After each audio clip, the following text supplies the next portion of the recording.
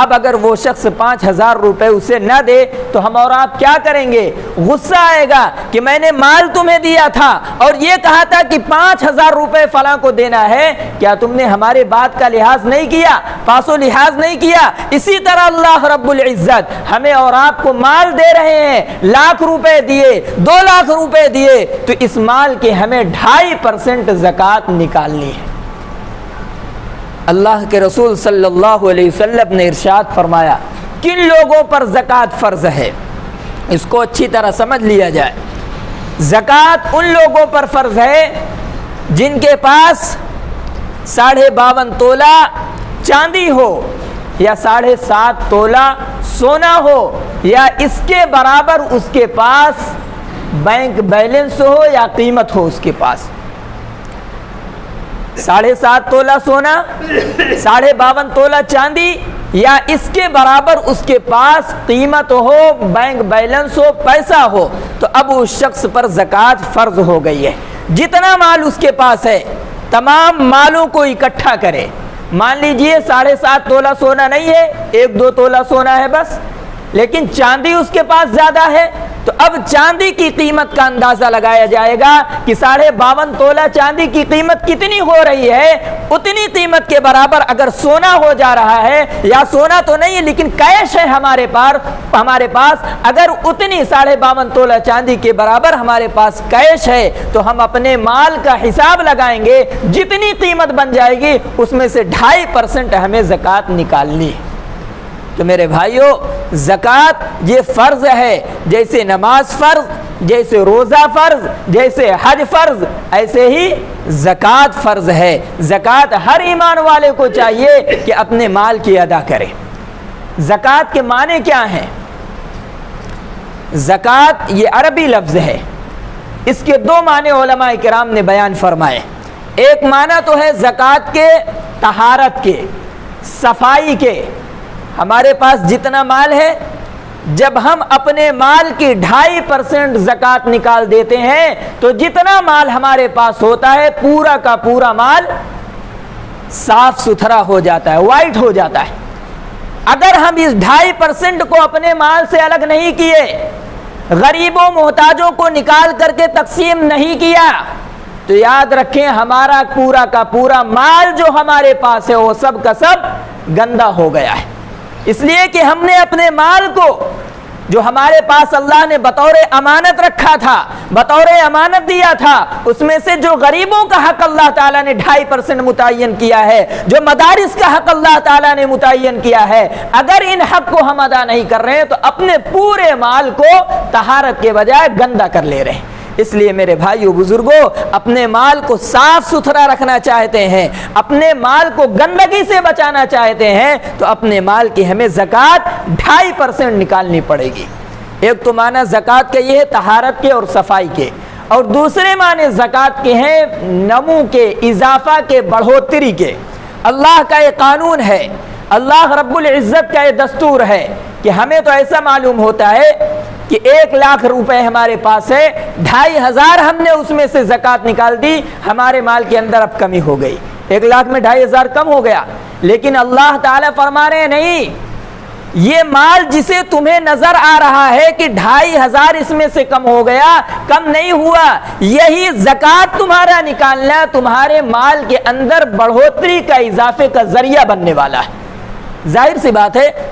روزی کا ذمہ اللہ لے رکھا ہے، ہر چیز کی ذمہ داری اللہ کے پاس ہے۔ اگر اس مال کو 2.500 ہمیں نکالنے میں بہت دقت ہو رہی، بھاری پڑ رہا ہے، وہی اللہ ہے جہاں سے چاہے 2.5 کے بجائے 5,000 روپے خرچ کرا سکتا ہے۔ لیکن اگر اپنے مال کی زکوٰۃ کو ادا کر رہے ہیں، بہت ساری آفتیں، بہت ساری مصیبتیں، بہت ساری پریشانیاں اللہ رب العزت ہمارے سر کے اوپر سے ہٹا لیتا ہے، جس کی وجہ سے ہمارا مال بھی محفوظ ہوتا ہے، ہماری جان بھی محفوظ ہو جاتی ہے۔ اس لیے میرے بھائیوں، اس چیز کے اندر ہرگز کوتاہی نہ کی جائے، بلکہ 2.5% جو ہمارے مال کے اندر یتیموں کا، بیواؤں کا، مسکینوں کا، غریبوں کا، مدرسوں کا جو اللہ رب العزت نے حق رکھا ہے، اس حق کو ہم اس تک پہنچاتے رہیں۔ میرے بھائیوں، اور ایسا نہیں ہے کہ یہ زکوٰۃ صرف ہمارے اور آپ کے اوپر فرض کی گئی ہو، ہمارے اوراد کے اوپر لازم کی گئی، نہیں، یہ اللہ کا دستور ہے، اللہ کا قانون ہے۔ اللہ کے رسول علیہ الصلاۃ والسلام سے پہلے جتنے نبی گزرے ہیں، جتنے انبیاء گزرے ہیں، انہوں نے بھی اپنے مال کی زکوٰۃ نکالی ہے۔ اللہ تعالیٰ نے قرآن کریم کے اندر کہیں حضرت اسماعیل علیہ الصلاۃ والسلام کا ذکر کیا تو وہاں بھی وَكَانَ يَأْمُرُ أَهْلَهُ بِالصَّلَاةِ وَالزَّكَاةِ مَا دُمْتُ حَيًّا۔ حضرت ابراہیم علیہ السلام کو اللہ تعالیٰ نے حکم دیا کہ جب تک زندہ رہو نماز ادا کرتے رہو اور زکوٰۃ نکالتے رہو۔ حضرت اسماعیل علیہ السلام کو اللہ نے حکم دیا۔ اسی طرح اور حضرت مریم علیہ السلام کو جب اللہ تعالیٰ نے ان کو ذکر کیا وَأَوْصَانِي بِالصَّلَاةِ وَالزَّكَاةِ مَا دُمْتُ حَيًّا، کئی جگہ پر اللہ تعالیٰ نے کئی نبیوں کا اور ان کی امتیوں کا تذکرہ فرمایا۔ جیسے ان پر روزہ فرض کیا گیا تھا اسی طرح ان پر بھی زکوٰۃ فرض کیا گیا تھا تاکہ وہ اپنے مال کی زکوٰۃ ادا کرتے رہیں۔ میرے بھائیوں، یہ جو نصاب میں نے بتایا کہ 7.5 تولہ سونا، 52.5 تولہ چاندی یا اس کے برابر مالیت ہو تب زکوٰۃ فرض ہوتی ہے۔ ایک جز اس میں اور ہے کہ یہ مال جو ہمارے پاس آیا ہے اس مال پر 1 سال گزرنا شرط ہے۔ ابھی ہمارے پاس پچھلے مہینے مثال کے طور پر 1 لاکھ روپے آ گئے، پچھلے مہینے آئے، رمضان آ گیا، اب اس مال پر زکوٰۃ فرض نہیں ہے۔ وہ مال جس پر سال گزر چکا ہو، سال بھر وہ مال ہمارے پاس موجود ہو تو اب اس مال پر زکوٰۃ نکالنا فرض ہے، اور جو مال ابھی 2-3 مہینہ پہلے ہمیں حاصل ہوا یا چند دن پہلے ہمیں حاصل ہوا اس مال پر زکوٰۃ فرض نہیں ہے۔ لیکن ہاں، ہم پہلے ہی سے صاحب نصاب ہیں۔ جتنا شریعت نے متعین کیا ہے 52.5 تولہ سونا یا 7.5 تولہ سونا یا 52.5 تولہ چاندی، جتنا یہ متعین کیا گیا ہے، اگر اس سے زیادہ ہمارے پاس ہمیشہ مال رہا ہے، اس سے نیچے ہم نہیں آ پائے، ہمیشہ اس کے اوپر مال رہا ہے، تو اب چاہے 1 مہینہ پہلے مال آیا ہو چاہے 2 مہینہ پہلے مال آیا ہو، اس لیے کہ ہمیشہ ہم صاحب نصاب رہے ہیں، تو ان تمام قیمتوں کا اندازہ لگا کر، اندازہ نہیں بلکہ وزن کر کے، جوڑ کر کے، حساب لگا کر ہمیں 2.5% اپنے مال کی زکوٰۃ نکالنی چاہیے۔ لیکن عام طور سے ہمارے اور آپ کے ہاں رمضان کے مہینے کے اندر زکوٰۃ ادا کیا جاتا ہے، اس پر سال گزرنا شرط ہے۔ جیسے کسی کے پاس مال آیا، کوئی صاحب حیثیت ہوا محرم کے مہینے، رمضان کے مہینے میں نہیں ہوا تو اب رمضان میں اس پر زکوٰۃ فرض نکالنا فرض نہیں ہے۔ لیکن ہم اور آپ لوگ رمضان کے اندر جو ان چیزوں کا اہتمام کرتے ہیں اس کی علماء نے 2-3 وجہیں لکھی ہیں۔ پہلی بات تو یہ کہ رمضان کے اندر اس لیے زکوٰۃ نکالی جاتی ہے کہ تاکہ آنے والا جو وقت ہے، عید کا موسم آنے والا ہے، اور رمضان کے اندر جو وقت گزرتا ہے اللہ کی رحمتوں کا، اللہ کی برکتوں کا نزول ہوتا رہتا ہے، اور اللہ کے رسول علیہ الصلاۃ والسلام نے فرمایا رمضان کے مہینے کے اندر اگر کوئی 1 فرض ادا کرتا ہے تو اور رمضان کے مبارک مہینے میں 70 فرض ادا کرنے کے برابر ثواب ملتا ہے۔ اس لیے رمضان کے مہینے میں زکوٰۃ نکالنے کا اہتمام کیا جاتا ہے تاکہ فرض تو 1 ادا ہو رہا ہے لیکن ثواب ہمیں 70 فرض کے ادا کرنے کا مل جائے۔ اسی طرح میرے بھائیوں، اللہ کے رسول علیہ الصلاۃ والسلام نے جہاں زکوٰۃ کا حکم دیا، رمضان المبارک کے اس مہینے کے اندر عیدگاہ جانے سے پہلے عید الفطر کی نماز ادا کرنے کے لیے رسول پاک صلی اللہ علیہ وسلم نے ارشاد فرمایا کہ صدقۃ الفطر ادا کر کے جاؤ۔ صدقہ فطر ادا، جسے ہمارا فطرہ کہتے ہیں،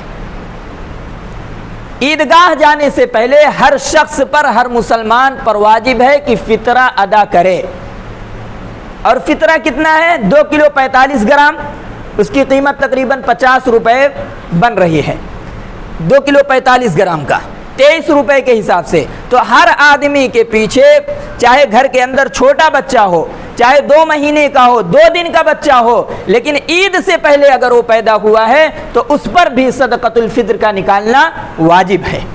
الا ان صدقۃ الفطر واجبۃ علی کل مسلم، اللہ کے رسول علیہ الصلوۃ والسلام نے ارشاد فرمایا کہ ہر مسلمان پر عیدگاہ جانے سے پہلے صدقہ فطر کا ادا کرنا واجب ہے۔ تو میرے بھائیو، بزرگ دوستو، زکوٰۃ بھی اپنے مال کی ادا کرتے رہیں اور ساتھ ساتھ صدقہ فطر کو بھی ادا کریں۔ جو آیت میں نے خطبے کے اندر پڑھی ہے وہ بہت ہی دردناک آیت ہے ان لوگوں کے لیے جو اپنے مال کی زکوٰۃ نہیں ادا کرتے ہیں۔ آپ ترجمہ سنیں، اندازہ ہو جائے گا کہ کتنی بری لعنت ہے ان لوگوں کے لیے، کتنا بڑا عذاب ہے ان لوگوں کے لیے جو غریبوں کے مال کو کھا جاتے ہیں، یعنی اپنے مال سے زکوٰۃ نہیں ادا کرتے ہیں۔ اللہ تعالیٰ نے فرمایا 10ویں پارے کے اندر والذین یکنزون الذهب والفضة ولا ينفقونها فی سبیل اللہ، جو لوگ مال کو جمع کر کے رکھ رہے ہیں، سونے اور چاندی کو اپنے اندر جمع کر کے رکھ رہے ہیں، چھپا کر کے رکھ رہے ہیں، ولا ينفقونها فی سبیل اللہ، اور اس مال کی زکوٰۃ نہیں ادا کر رہے ہیں، اللہ کے راستے میں خرچ نہیں کر رہے ہیں، فبشرہم بعذاب علیم، اللہ رب العزت نے جناب محمد الرسول اللہ صلی اللہ علیہ وسلم سے ارشاد فرمایا کہ اے پیغمبر آپ بتا دیجئے ایسے لوگوں کو جو مال تو جمع کر کے رکھ رہے ہیں، سونے اور چاندی کو جمع کر کے رکھ رہے ہیں، غریبوں کے حق کو ادا نہیں کر رہے ہیں، ان کو دردناک عذاب کی بشارت سنا دیجئے۔ اعلان فرما دیا اللہ رب العزت نے۔ وہ دردناک عذاب کیا ہے اللہ تعالیٰ نے اس کو بھی واضح طور پر بیان کر دیا، یوم یحما علیہا فی نار جہنم فتکوا بہا جباہہم وجنوبہم وظہورہم، جو صدقۃ الفطر نہیں ادا کرتے، جو رمضان المبارک کے مہینے کے اندر اپنے مال کی زکوٰۃ نہیں ادا کر رہے ہیں، کل قیامت کا دن آنے والا ہے، یوم یحما علیہا فی نار جہنم، ان کے اسی مال کو جس کو خرچ کرنے میں انہیں تکلیف ہوا کرتی تھی، جو 2.5% زکوٰۃ دینے میں جنہیں تکلیف ہوا کرتی تھی، اسی مال کو اللہ رب العزت جہنم کی آگ میں تپائے گا، لوہے کی شکل میں مال کو جمع کر کے اسے تپایا جائے گا، فتقوا بہا جباہہم، مال کو تپانے کے بعد آگ میں لال کر لینے کے بعد اللہ رب العزت پیشانی کو داغے گا۔ اسی مال کے ذریعے جو ہم آپ دبا کر کے رکھیں، اپنے مال کو خرچ نہیں کرنا چاہتے، تو فرمایا اللہ رب العزت نے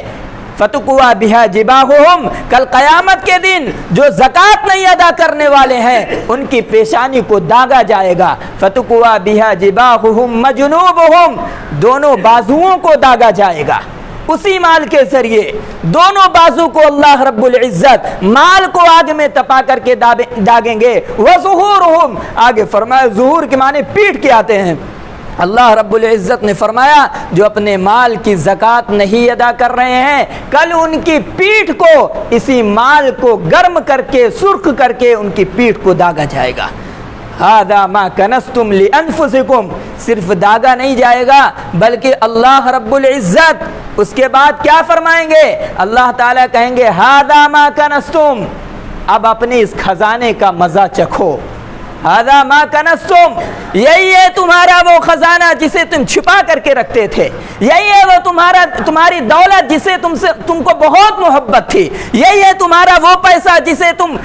دوسرے کے حق کو مار کر کے خود کھا لیا کرتے تھے، ہذا ما کنزتم لانفسکم فذوقوا ما کنتم تکنزون، اللہ تعالیٰ فرما رہے ہیں کہ ان سے کہا جائے گا کہ اب تم مزہ چکھو اس چیز کا جو تم نے دنیا کے اندر جمع کر کے اکٹھا کر کے رکھا کرتے تھے۔ تو میرے بھائیو بزرگو دوستو، یہ وعید ہے ان لوگوں کے بارے میں جو رمضان المبارک کے سال بھر گزر جانے کے بعد مال کی محبت میں آ کر جو غریبوں کا حق اللہ نے ہمارے اور آپ کے مال کے اندر رکھا ہے ہم اسے نہیں نکال رہے ہیں، تو یہ وعید جو اللہ تعالیٰ نے فرمایا یہ قرآن کے اندر موجود ہے، 10ویں پارے کے اندر، جسے دیکھنا ہو دیکھ لے۔ میرے بھائیو، اگر ہم اپنے مال کی زکوٰۃ ادا نہیں کر رہے ہیں تو اس دردناک عذاب کو جھیلنے کے لیے تیار ہو جائیں۔ اس لیے میرے بھائیو، یہ مال کی محبت جب اللہ تعالیٰ نے دوسری جگہ 28ویں پارے کے اندر فرمایا ہے انما اموالکم واولادکم فتنہ، تمہارے مال یہ آزمائش ہے، تمہارے لیے فتنہ ہے، مال فتنہ ہے، لیکن کب؟ جب مال کی زکوٰۃ نہیں ادا کریں گے۔ مال بذات خود فتنہ نہیں ہے، دولت جمع کرنا کوئی بری بات نہیں ہے، لیکن اس دولت کے اندر اس مال کے اندر اللہ رب العزت نے جن کے حق کو رکھا ہے، غریبوں اور محتاجوں کے جو حق کو رکھا ہے، اگر اس مال کو ہم نہیں ادا کریں گے تب یہ مال ہمارا کیا ہو جائے گا؟ ہمارے لیے آزمائش ہو جائے گا، ہمارے لیے فتنہ ہو جائے گا۔ تو میرے بھائیوں، اللہ کے رسول اللہ تعالیٰ نے فرما دیا کہ یہ مال تمہارے لیے فتنہ ہے، اگر اس مال کو تم خرچ کرتے رہو اللہ کے راستے میں، جس کا جو حصہ متعین کیا گیا ہے، اگر اس کو خرچ کرتے رہو گے تو یہ مال تمہارے لیے فتنہ نہیں بلکہ تمہاری نجات کا ذریعہ بن جائے گا۔ کیسے؟ جب ہم دوسروں کی مدد کریں گے، اپنے مال کی زکوٰۃ ادا کریں گے، یہ ایک فرض کو ادا کر رہے ہیں، ایک فرض کو ادا کرنا، ایک فرض کو پورا کرنا، یہ انسان کی نجات کے لیے کافی ہو جاتا ہے۔ اس لیے میرے بھائیوں، اپنے مال کی زکوٰۃ کو ادا کریں اور خاص طور پر اس بات کا دھیان رکھتے ہوئے ادا کریں کہ ہم جس کو زکوٰۃ کا مال دیں، اس میں لوگوں سے بہت غلطیاں ہوتی ہیں۔ جس کو چاہا زکوٰۃ کا مال دے دیا، جس کو آپ زکوٰۃ دے رہے ہیں آپ کی ذمہ داری ہے کہ آپ تحقیق کریں کہ وہ ضرورت مند ہے کہ نہیں ہے۔ اگر ضرورت مند نہیں ہے، کوئی شخص آ کر کے آپ سے مانگ رہا ہے، ضرورت مند نہیں ہے، اور آپ اپنے زکوٰۃ کا مال اس کو دے دیے تو آپ کی زکوٰۃ ادا ہونے والی نہیں ہے۔ زکوٰۃ کی رقم اس کو دیں جس کو سمجھیں آپ کی یہ شخص مستحق ہے، یہ شخص ضرورت مند ہے۔ یہ ہماری اور آپ کی ذمہ داری ہے، جب تک اس بات کی تحقیق نہیں کریں گے کون ضرورت مند ہے، کون محتاج ہے۔ آپ ویسے کسی کے بھی تعاون کر سکتے ہیں، ویسے کسی کی بھی مدد کر سکتے ہیں، اپنی طرف سے ویسے دے دیجئے، لیکن جب زکوٰۃ دینے کی باری آئے، زکوٰۃ دینے کے لیے تحقیق کرو کہ کون حقیقت میں اس کا مستحق ہے، کون ضرورت مند ہے۔ جو ضرورت مند ہے اگر اسی کو زکوٰۃ ادا کریں گے، اسی کو زکوٰۃ دیں گے، تبھی ہماری زکوٰۃ ادا ہو سکتی ہے، ورنہ زکوٰۃ نہیں ادا ہوگی۔ تو میرے بھائیوں، اللہ رب العزت ہم سب کو کہنے اور سننے سے زیادہ عمل کرنے کی توفیق عطا فرمائے۔ وآخر دعوانا الحمد للہ رب العالمین۔